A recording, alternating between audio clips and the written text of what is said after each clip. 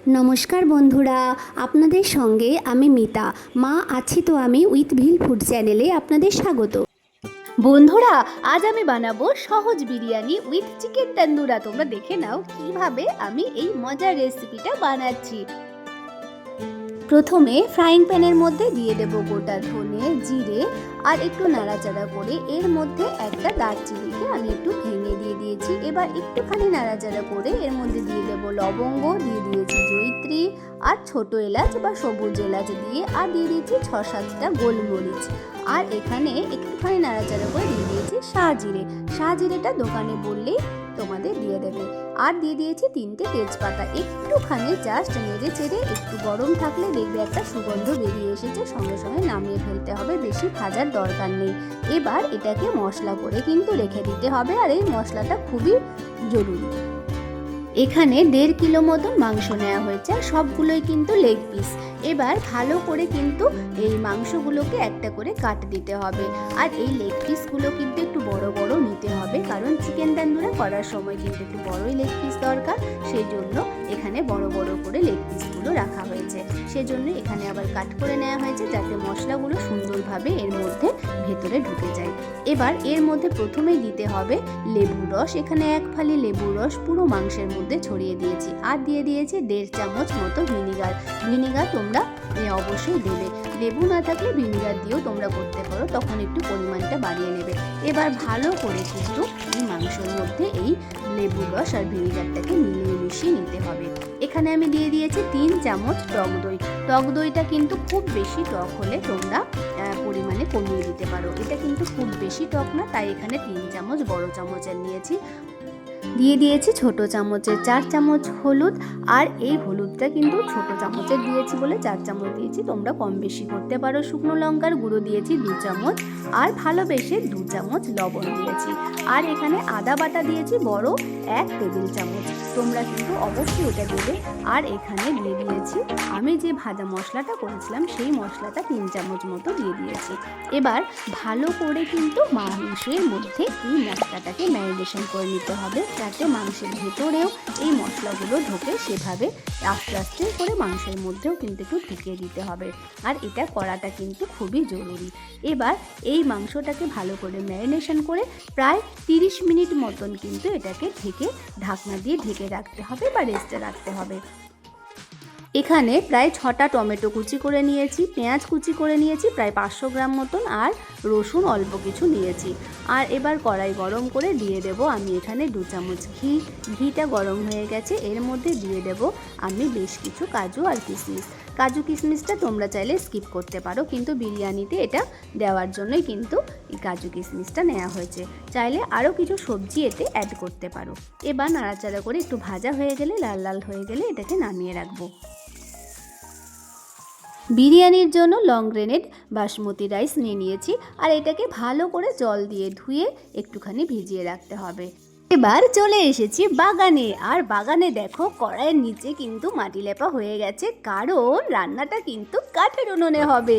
তাই জন্য একটা গর্ত খুঁড়ে ইটের উনুন বানানো হয়েছে, আর কড়াই খুব গরম হলে এর মধ্যে দিয়ে দেব 6 থেকে 7 চামচ ঘি, কারণ এই রান্নাটা কিন্তু পুরো ঘিতে করতে হবে, তবেই কিন্তু টেস্টটা দুর্দান্ত হবে। আর এর মধ্যে কুচি করা পেঁয়াজগুলো দিয়ে ভালো করে ভেজে নিয়েছি।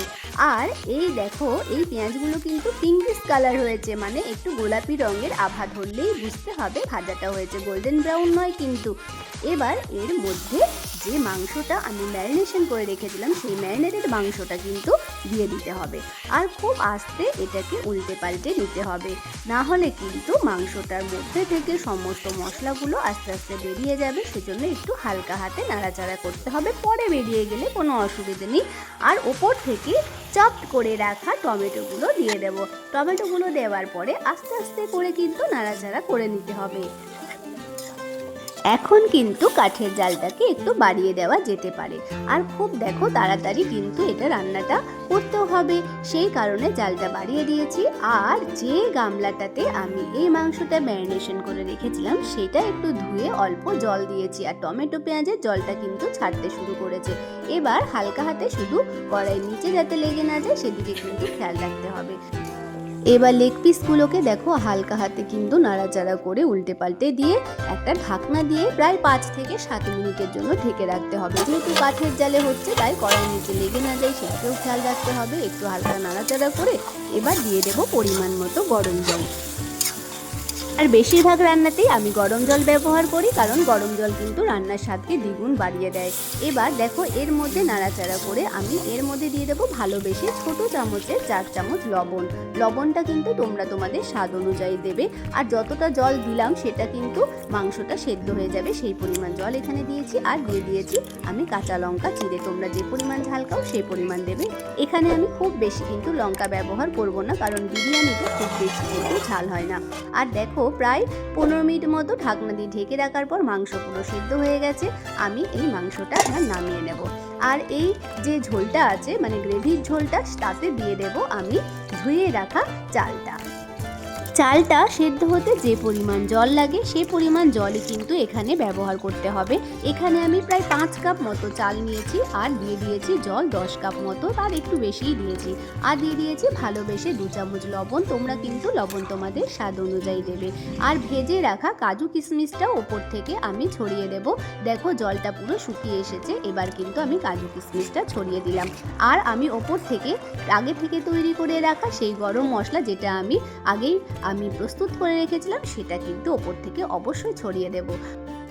এবার আদা পেঁয়াজ রসুনের একটা পেস্ট তৈরি করে ঘিয়ের মধ্যে হালকা করে ভেজে নিয়ে এর মধ্যে দিয়ে দেব ভালোবেসে 1/2 চামচ লবণ। আর দিয়ে দিয়েছি যে গরম মশলাটা আমি রেডি করে রেখেছিলাম সেই গরম মশলাটা বেশ কিছুটা দিয়ে ভালো করে কিন্তু মশলাটা তৈরি করে নিতে হবে।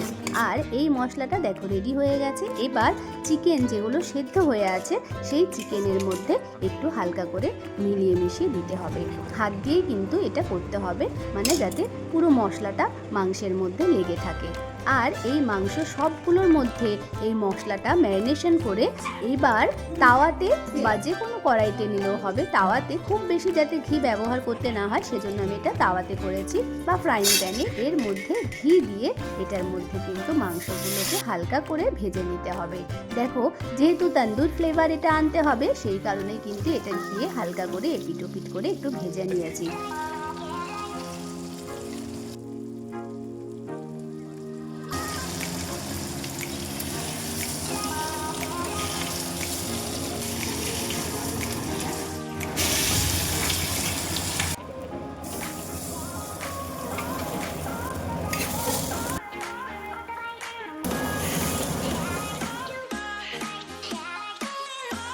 এবার যে ভাতটা রেডি হয়ে গেছে সেই ভাতের ওপরে কিন্তু এই তন্দুর করা চিকেনটা ওপর থেকে ছড়িয়ে দিতে হবে।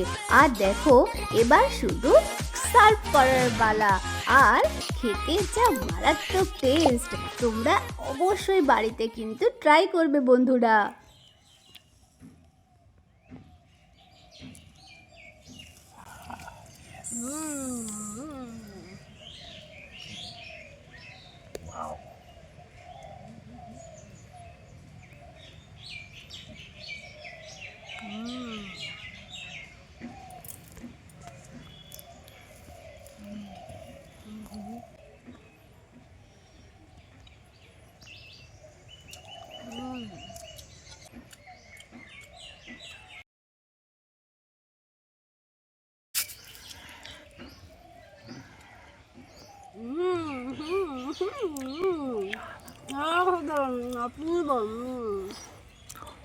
টেস্ট করে তোমরা সবাই আমার ইউটিউব চ্যানেল আছি তো আমি উইথ ভিল ফুড, সবাই দেখবে আর কিন্তু খাবে।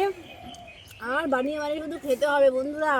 অসম টেস্ট, অসাধারণ, অপূর্ব, কিছু বলার নেই। তোমরা জাস্ট একটু টেস্ট করে দেখবে। আর আমার চ্যানেলটাকে সাবস্ক্রাইব করতে ভুলে যেও না বন্ধুরা। শেয়ার শেয়ার শেয়ার চাই বন্ধুরা। ভিডিওটা ভালো লাগলে লাইক শেয়ার কমেন্টস করো, সাবস্ক্রাইব করতে ভুলে যেও না বন্ধুরা। পাশে থাকার জন্য ধন্যবাদ।